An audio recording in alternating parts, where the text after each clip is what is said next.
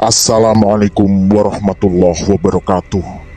Selamat jumpa kembali sahabat-sahabat viewer dan subscriber channel Titah Misteri.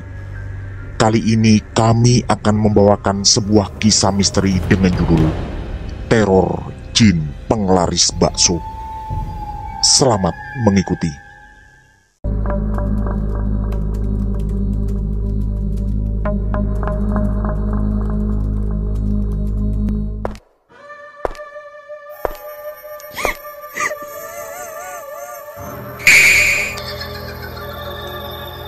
Jangan pernah mengikuti kisah ini sendirian.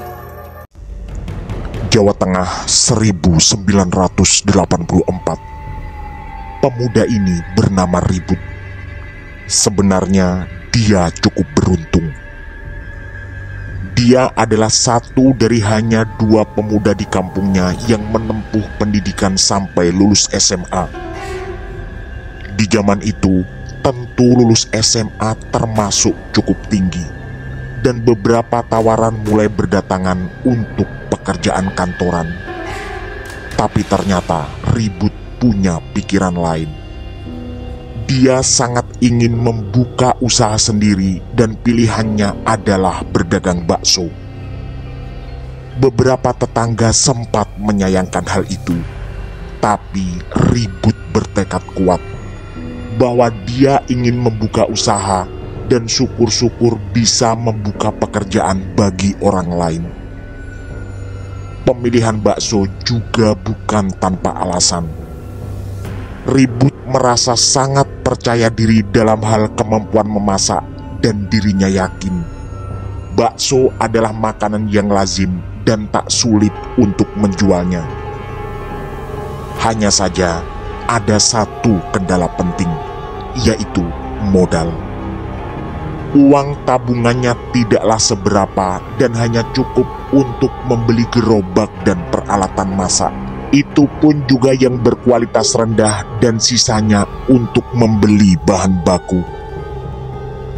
Meminta uang pada orang tuanya yang hanya bekerja di sawah tetangga juga dirasa hanya akan membuat mereka sedih, dan mungkin akan membuat mereka merasa bersalah pula. Apalagi selama ini bapak dan ibunya sudah membanting tulang sekuat tenaga demi bisa menyekolahkannya sampai lulus SMA. Kebetulan Ribut adalah anak tunggal. Kali ini tidak seperti bapaknya, sang ibu justru mengapresiasi keinginan Ribut. "Ya nggak apa-apa, Le. Yang penting kamu kerja sungguh-sungguh. Pasti jalan sukses akan terbuka." Begitu ucap sang ibu setelah Ribut sempat agak berdebat dengan bapaknya. Karena sudah disekolahkan tinggi-tinggi, tapi justru memilih menjadi penjual bakso.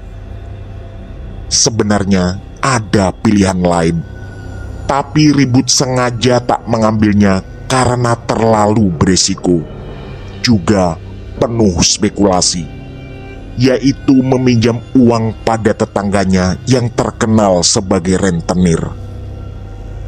Akhirnya, bermodal tekad yang kuat, dia pun memantapkan hati untuk memulai langkah pertama demi impian ini, yaitu mempunyai warung bakso yang besar suatu hari nanti.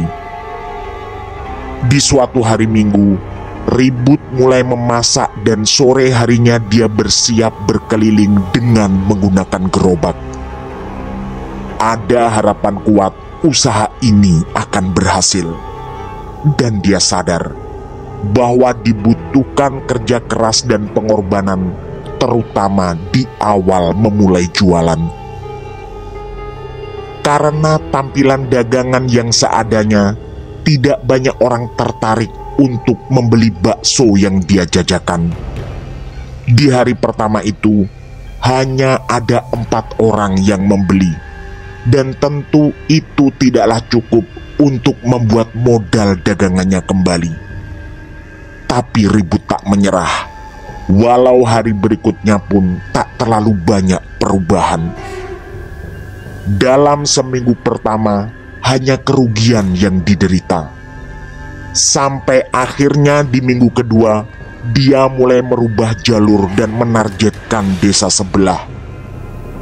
Kali ini ada peningkatan hasil, tapi lagi-lagi belum cukup untuk mengembalikan modal. Selama 10 hari berjualan, belum sekalipun Ribut mengenyam manisnya keuntungan. Akhirnya, karena semua kerugian masih ditambah kelelahan untuk mendorong gerobak, maka dia pun mulai putus asa dan sempat berpikir untuk berganti usaha. Hanya saja, kendala berupa modal menjadi lebih berat lagi. Kalau dulu gerobak bakso dibeli dengan tabungannya, kali ini dia tak punya lagi uang untuk membuat usaha yang lain. Dan walau Ribut sebenarnya adalah seorang pemuda ulet dan tak pantang menyerah, usaha baksonya pun terpaksa gulung tikar. Tekad kuatnya untuk membuat usaha sendiri dan nanti membuka lapangan pekerjaan akhirnya harus terbang sia-sia. Mimpi besar itu kandas di tengah jalan. Tapi permasalahan itu seperti menemukan harapan baru ketika suatu siang dia bertemu dengan Jarwo, yaitu teman sekolahnya dulu yang ternyata juga punya hobi yang sama, yaitu memasak. Jarwo bercerita dengan berapi-api bahwa usaha warung makannya sukses dan bisa mempekerjakan belasan orang. Ribut tentu ikut senang mendengarnya, sekaligus terbersit keinginan untuk mengikuti jejak sukses Jarwo, sekaligus minta ilmu padanya. Tapi begitu Ribut menanyakan hal tersebut, jawaban yang meluncur dari mulut temannya itu ternyata sangat mengejutkan. "Saya dibantu seorang dukun." Begitu ucapnya, yang tentu saja membuat Ribut tercengang. Sebelum Ribut sempat bertanya lebih lanjut, Jarwo buru-buru memberi penjelasan bahwa dunia usaha ternyata sangatlah keras dan tak jarang terjadi saling serang secara gaib demi mendapat pelanggan. Dan katanya, disitulah peran seorang dukun, minimal untuk mengantisipasi jika ada serangan-serangan seperti itu. Karena semua jalan juga sudah buntu, Ribut pun mulai tertarik untuk bertanya. Ternyata nama dukun itu adalah Mbah Sukri. Setelah terlibat obrolan lanjutan yang makin serius, akhirnya Jarwo pun menawarkan bantuan, yaitu kesediaan mengantar ke rumah sang dukun yang ternyata tidak terlalu jauh. Hanya butuh waktu sekitar 25 menit dengan sepeda motor untuk sampai di rumah sederhana yang tepat berdampingan dengan pekuburan itu. Sesampai di sana dan lalu disuruh masuk, Mbah Sukri mulai menceritakan riwayat hidupnya, serta bagaimana awal mula dia bisa mendapatkan ilmu yang kini dimilikinya. Sebenarnya Ribut tak terlalu peduli tentang itu semua. Dia tak sabar menunggu inti dari pembicaraan ini, yaitu bagaimana bentuk bantuan yang ditawarkan oleh sang dukun sampai membuat Jarwo sesukses sekarang. Ini kalau dibilang pesugihan juga bukan kalau menurut saya, dan juga nggak sulit. Kamu hanya perlu memberikan uang hari ini sebagai mahar, lalu menyiapkan jamuan untuk dia yang menolongmu setiap hari, ujar Mbah Sukri yang membuat Ribut langsung antusias. Kemudian sang dukun menjelaskan bahwa sosok penolong yang dimaksud bukanlah manusia, melainkan jin yang melakukan perjanjian dengannya. Di sini, otak Ribut berada di sebuah persimpangan. Di satu sisi, dia tak ingin tenggelam dalam situasi yang sama sekali tak pernah dikenalnya ini. Tapi, ada kenyataan lain yang tak bisa dipungkiri. Bahwa saat ini, dia sedang butuh solusi untuk bisa menjalankan usahanya dan ingin menjadi sukses. Akhirnya, Ribut pun membayarkan uang mahar kepada Mbah Sukri, yang mana itu sebenarnya adalah uang terakhir. Juga sanggup menyiapkan jamuan yang akan dipersembahkan kepada sang penolong itu. Tadinya Jarwo yang ingin membayar, tapi langsung ditolak oleh sang dukun karena uang mahar harus benar-benar berasal dari orangnya sendiri, yaitu yang ingin berhubungan dengan sosok yang disebutnya penolong. Baiklah, saya lihat kamu serius, ucap Mbah Sukri sambil menerima uluran uang dari Ribut. Sang dukun pun melanjutkan kalimatnya. Kalau kamu bersedia, berarti kamu juga harus siap menjaga ini. Taruh ini di gerobak setiap kamu jualan. Dijamin untung akan banyak.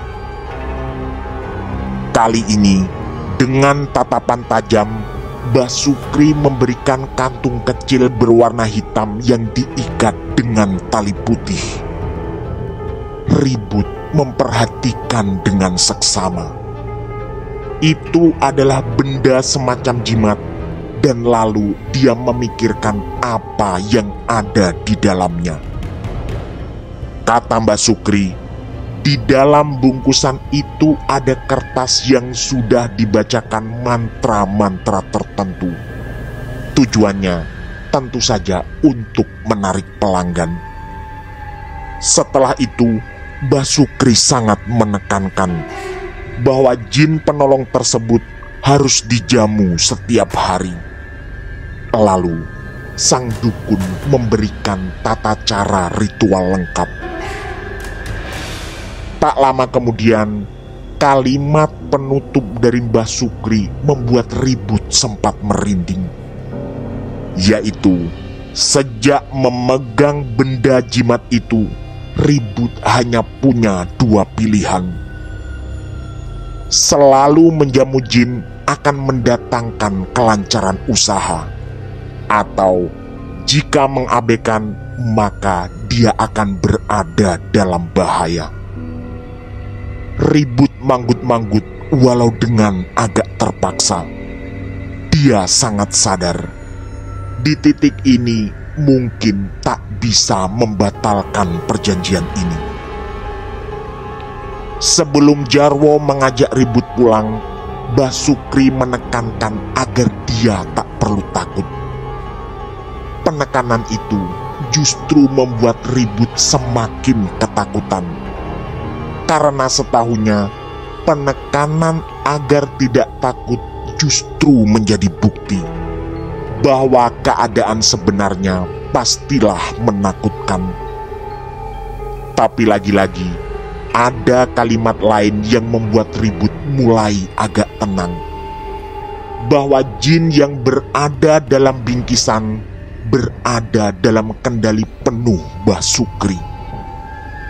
Tenang saja, dia takut sama saya. Kalau ada apa-apa kesini saja, nanti saya yang ngatasi, ucap Mbah Sukri dengan senyum penuh percaya diri. Singkat cerita, Ribut pun pulang dengan membawa segudang harapan. Dia sedikit banyak percaya apa yang tadi disampaikan oleh Mbah Sukri, bahwa ini bukanlah pesugihan. Ribut juga cukup senang karena syarat yang diajukan tak terlalu sulit dan berbeda dengan pesugihan yang pernah dia dengar, yaitu menumbalkan manusia, bahkan anggota keluarga. Dia hanya perlu menyiapkan sesajen untuk sang penolong itu setiap hari, dan Ribut pun merasa sangat sanggup melakukan itu semua. Malam harinya, Ribut mulai melakukan apa yang diajarkan oleh Mbah Sukri, yaitu menyiapkan aneka sesajen di dalam wadah kecil seperti mangkok dan piring. Tak lupa, ada mantra pendek yang dibaca. Lalu, dengan percaya diri dan penuh harapan, dia pun bersemangat mendorong gerobak. Tak lupa, Ribut menaruh jimat di dalam gerobaknya. Disinilah keajaiban langsung terasa. Banyak orang dari balik pagar rumah atau yang kebetulan melintas tiba-tiba berhenti untuk membeli baksonya. Sebagian dari mereka bahkan rela antri. Ribut tentu bahagia, sekaligus seakan tak percaya bahwa jimat pemberian Mbah Sukri akan bereaksi dengan sangat cepat seperti ini. Baru sekitar 1,5 jam berkeliling dan tidak terlalu jauh, baksonya ludes terjual tak bersisa. Bahkan masih ada 5 atau 6 orang yang sampai tak kebagian. Harapan besar yang sempat meredup kini berkibar kembali.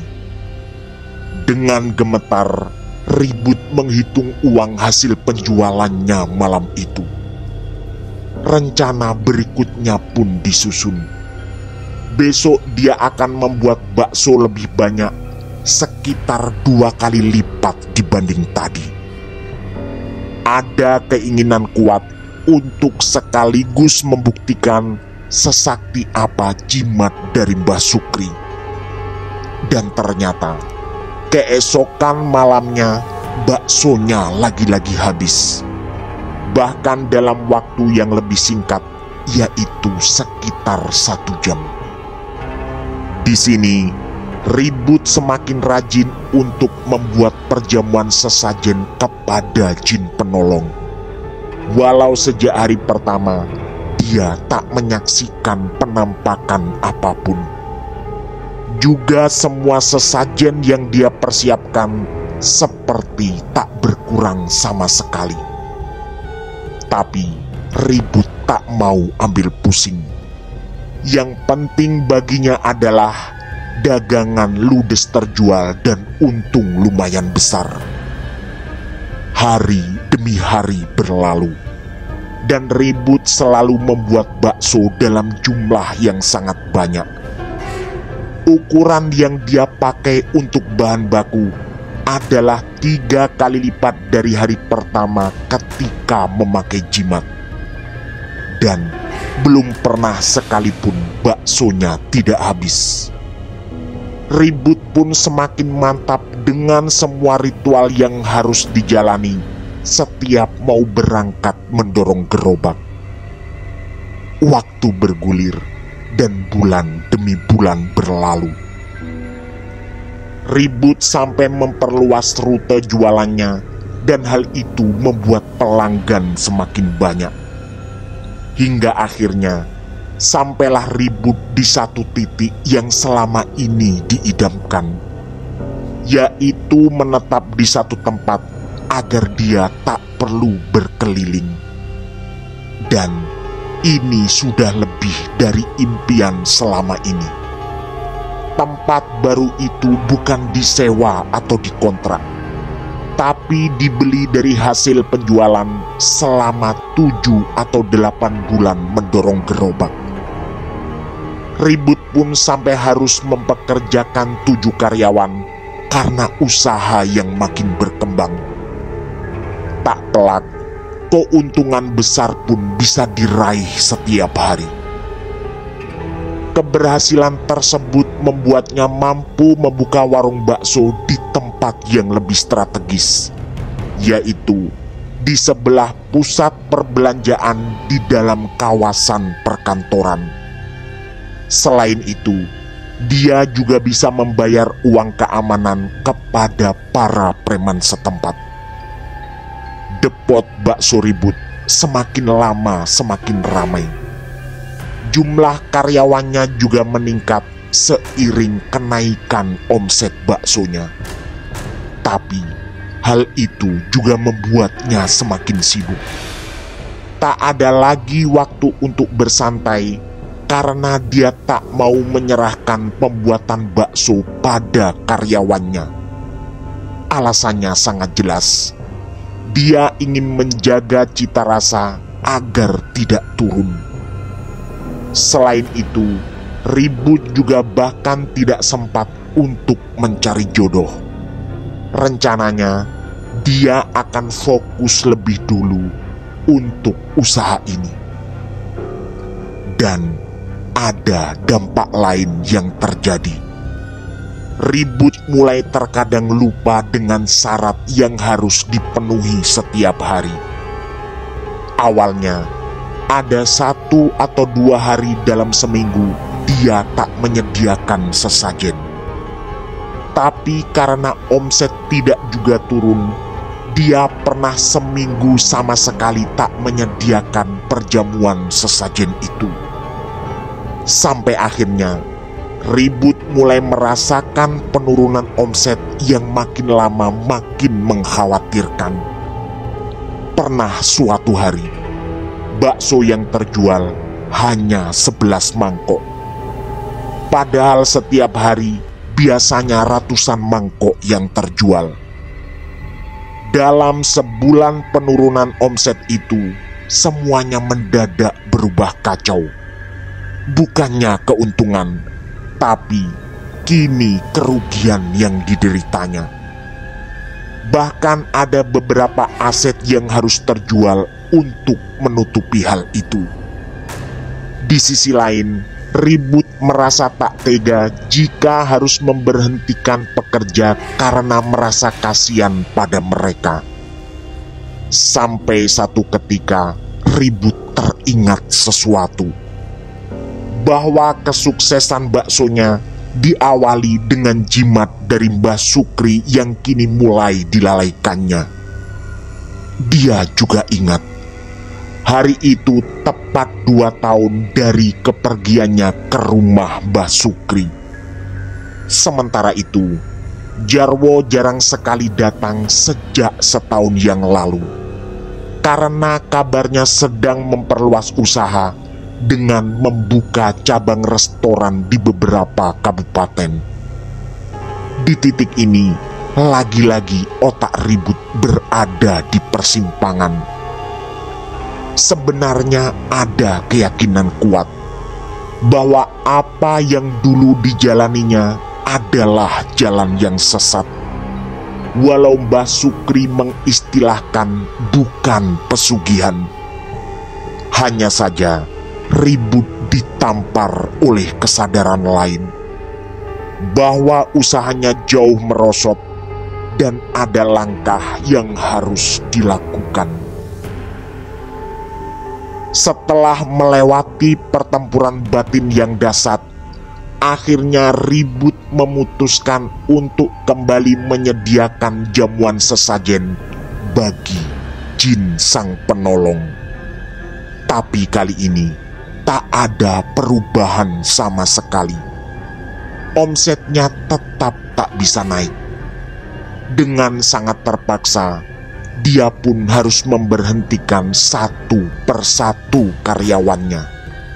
Sampai akhirnya, dia kembali berada dalam situasi seperti dulu, yaitu bekerja sendiri lagi.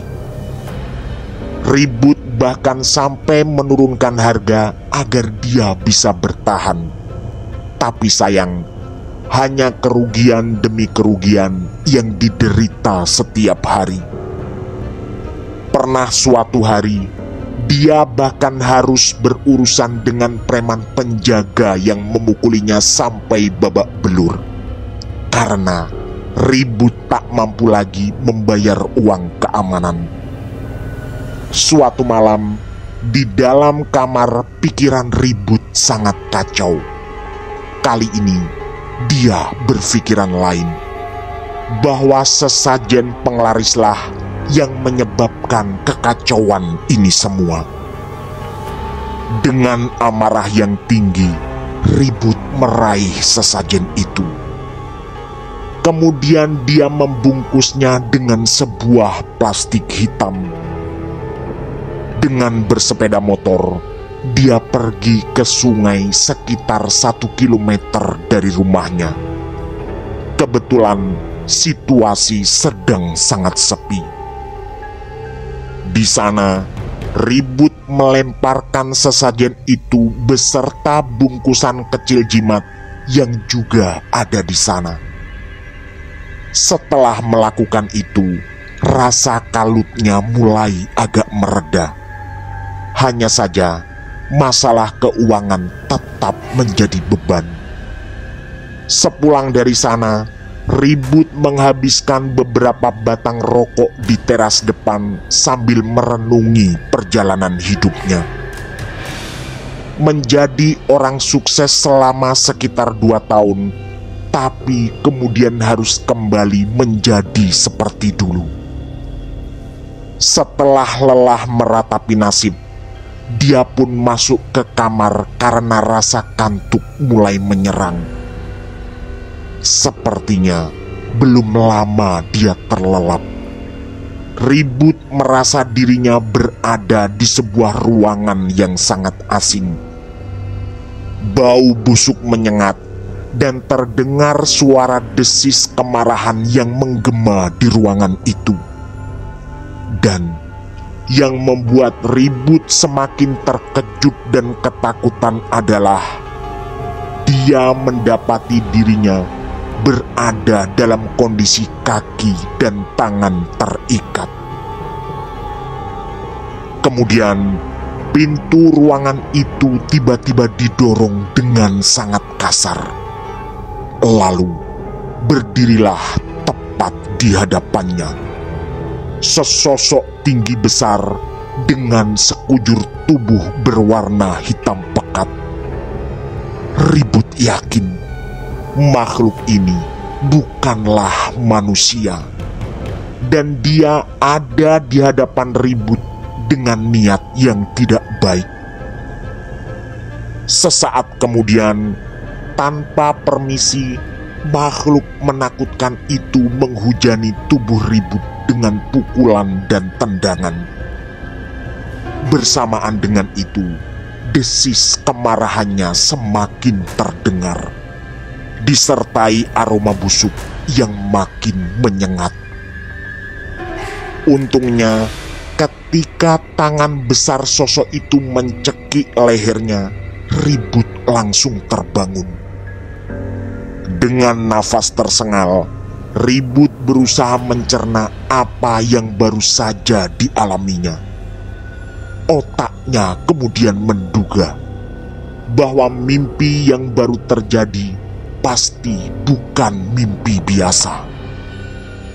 Ketakutan terasa masih sangat kuat, dan Ribut tak bisa tidur sampai pagi tiba. Hari itu, dia sengaja tak membuat bakso, dan lalu terbersitlah rencana mendadak, yaitu pergi ke rumah Mbah Sukri saat itu juga. Ada satu kalimat yang masih sangat diingat Ribut, yaitu jin penolong yang dikirim berada di bawah kendali penuh dukun itu. Karena Jarwo kabarnya sedang berada di Jakarta, Ribut pun terpaksa berangkat sendirian. Sesampai di sana, dia disambut oleh kabar mengejutkan lain, bahwa Mbah Sukri ternyata sudah tidak melayani permintaan tolong seperti dulu, dan bahkan beliau terlihat sangat berbeda. Maaf, Dek. Saya sudah insaf. Saya pernah mimpi didatangi makhluk bersayap yang mungkin adalah malaikat. Alhamdulillah saya lalu sadar bahwa yang saya lakukan selama ini adalah jalan sesat. Begitu ucap Mbah Sukri. Kata-kata beliau terasa menyejukkan. Tapi tentu bukan ini yang diharapkan Ribut. Mbah Sukri juga memberinya beraneka nasihat tentang kehidupan. Terutama, hidup apa adanya akan jauh lebih baik dan bermartabat daripada bergelimang kekayaan tapi harus bersekutu dengan jin atau setan. Tentu saja, tak ada yang bisa dibantah dengan kebenaran kalimat itu.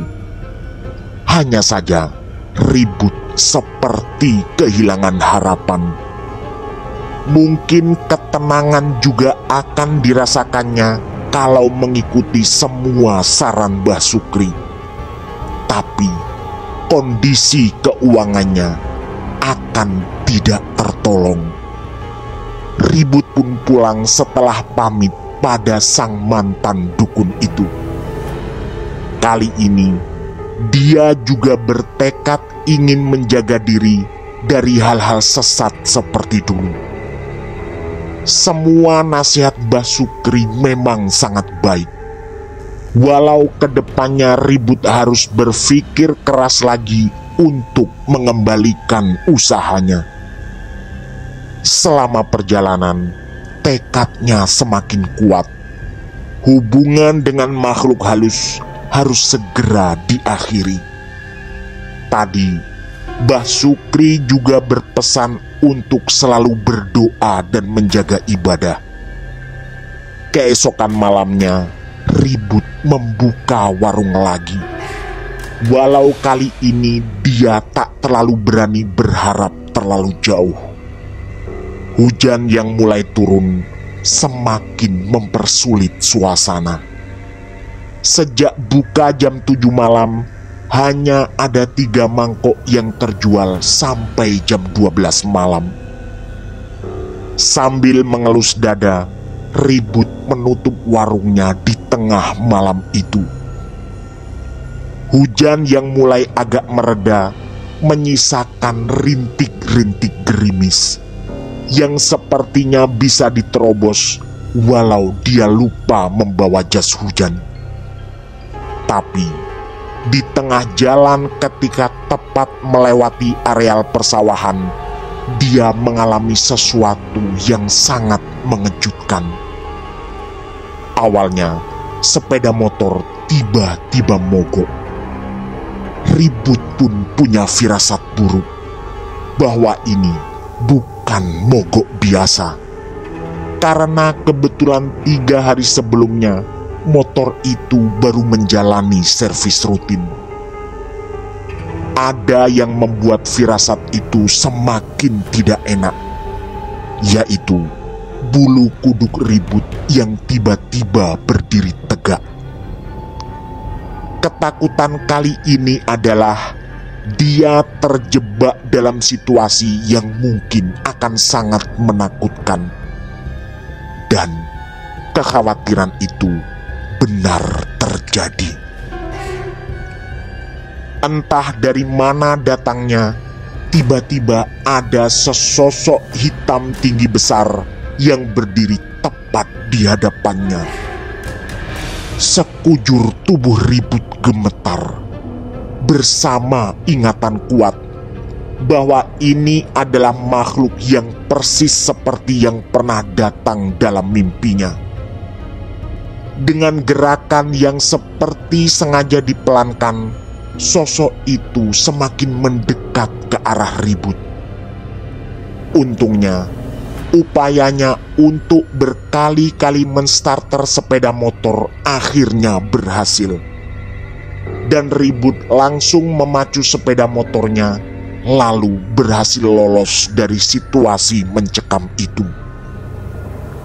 Begitu sampai di rumah, bapaknya bertanya apa yang terjadi. Karena kata beliau, wajah Ribut terlihat pucat. Karena rasa takut masih sangat kuat, Ribut tak menjawab dan langsung masuk ke kamar. Lagi-lagi ada keanehan. Dalam kondisi yang masih ketakutan, rasa kantuk menyerang. Dan tak butuh waktu lama, Ribut pun terkirim ke alam tidur. Tiba-tiba, Ribut merasa ada yang menarik kaki dan menyeretnya secara brutal. Dalam kondisi terkejut dan tanpa persiapan, Ribut tak sanggup melawan. Mulutnya tak mampu berteriak. Yang nampak di hadapannya hanyalah punggung dari makhluk tinggi besar yang menariknya dengan kasar. Ada keyakinan kuat bahwa ini adalah makhluk yang sama. Ribut bisa merasakan tarikan itu semakin kasar dan dirinya diseret semakin jauh. Berbagai macam doa berusaha Ribut baca dalam hati. Tapi sepertinya makhluk itu tak terpengaruh. Sampai ketika jarak sudah semakin jauh, Ribut merasa lehernya dicekik dan tubuhnya dilemparkan jauh ke udara. Ribut merasa kehabisan nafas. Lalu, ini yang tak kalah mengejutkan. Dengan kasar, Ribut disodori sebuah mangkok bakso. Di dalamnya terlihat aneka sesajen yang dulu sering disiapkannya. Makhluk mengerikan itu lalu menarik leher Ribut dan memaksanya untuk memakan sesajen itu. Dalam kondisi di awang-awang, Ribut pun terpaksa memakannya.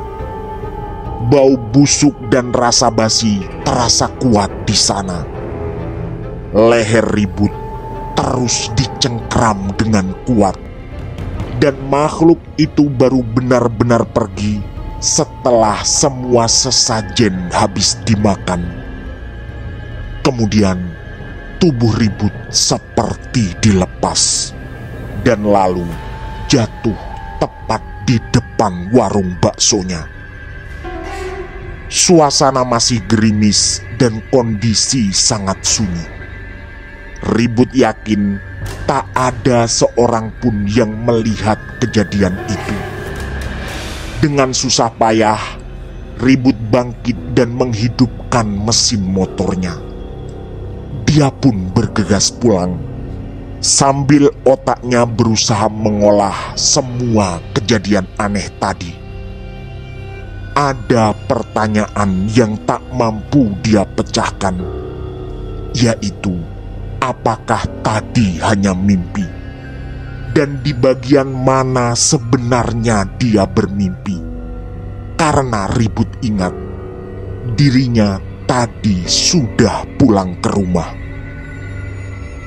Dari kejauhan, terlihat ada kerumunan warga di depan rumahnya. Ribut menduga mungkin itu warga yang berkumpul karena tadi dia tiba-tiba menghilang dari rumah. Tapi ternyata dugaan itu salah besar. Warga berkumpul karena baru saja bapaknya Ribut meninggal dunia. Dan anehnya, di leher jenazah beliau ada warna hitam semacam bekas cekikan. Hati Ribut hancur seketika. Perlahan rangkaian kejadian tadi melintas di otaknya. Terutama persekutuan dengan makhluk halus yang mungkin menjadi penyebab semua bencana ini. Setelah memeluk jenazah bapaknya yang terbujur kaku, Ribut duduk merenung di dalam kamar. Ada kesimpulan kuat yang sangat diyakininya, bahwa keputusan untuk minta bantuan makhluk halus adalah sebuah jalan sesat, dan ini mungkin adalah hukuman yang harus diterimanya. Tamat. Demikian kisah misteri dari kami, Teror Jin Penglaris Bakso. Mohon maaf apabila ada kesalahan dalam pemilihan atau penuturan kata. Kami atas nama segenap kru Titah Misteri mengucapkan terima kasih. Dan wassalamualaikum warahmatullahi wabarakatuh. Pesan saya, jangan bercermin sendirian di tengah malam. Sampai jumpa.